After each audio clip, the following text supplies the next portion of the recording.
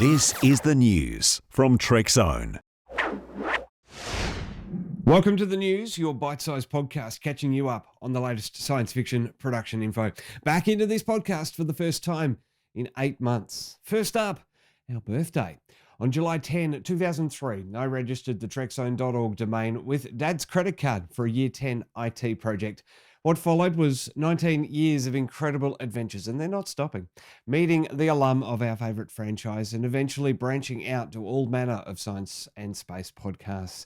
Next year, for the 20th anniversary, I'm planning not only another instalment of our Fan Film Awards, but a huge gala event with an audience. Look out for it. Well, Strange New Worlds has wrapped a magnificent first season with an incredible look ahead to what could have been. Yet again, the actions or inactions of our captain lead to a devastating war for the Federation with little hope of a peaceful outcome. But just as I'd hoped back at the start of the season, Pike didn't dwell on his life-changing injury as a disability, instead acknowledging that it needs to happen and it's not the end of his life. We're set up for a cracking second season too, with the consequences of Una's choice starting to play out, her people being genetically modified, and we're invested in each of our lead cast with a nice change, which is a nice change from previous first seasons of Star Trek. I reckon it's the strongest. Now, while we didn't cover it here at Trekzone during its run, we were heavily invested in the hopefully only season of Kenobi. Now, before you jump into the comments, I mean that in a very positive way. I say hopefully because we already know where Obi-Wan is headed, and his arrival at his destination has been sweetened enough by these 6 episodes in the miniseries. With that said, if a writer's room can crack a story arc about Obi-Wan and Qui-Gon channeling the Force in the sands of Tatooine even, we'll watch the hell out of that. Meanwhile, a fan has released a cut-down version of the first season. His 2.5-hour movie presentation claims to tidy up some of the looser aspects and provide a solid viewing alternative. It's on my to-watch pile, and I'll let you know how that goes. Well, wall-to-wall Star Trek across the calendar has been promised for a few years now, and it seems like 2020 is the year that it's finally almost here. The next season of Lower Decks is due any week now, with the 3rd season officially announced for the US summer a few months ago. No firm date as yet.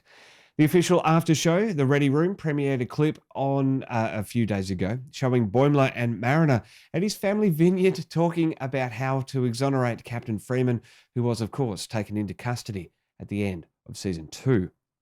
Now, Ready Room host Will Wheaton set up the clip with coming soon, so we still have to wait a little longer. The final touches must be happening. Well, Strange New Worlds and Lower Decks, speaking of, are being recognised for their work by the Hollywood Critics Association. And with a huge swag of submissions for the Emmys, there may be some news on that front soon too. The Hollywood Critics Association announced their 2nd annual HCA TV Awards last week, and the first season of Strange New Worlds was nominated for Best Streaming Drama, going up against Loki, Ozark, Pechonka, Severance, Squid Game, Stranger Things, and The Morning Show. Butchered a couple of those titles. Best Streaming Animated Series or TV Movie sees Lower Decks Season 2 nominated with Arcane, Big Mouth, Central Park, Undone, and What If from Marvel. Whatever happens, Strange New Worlds has a win in the bag already, with the HCA previously announcing they will be giving it their Legacy Award for 2022.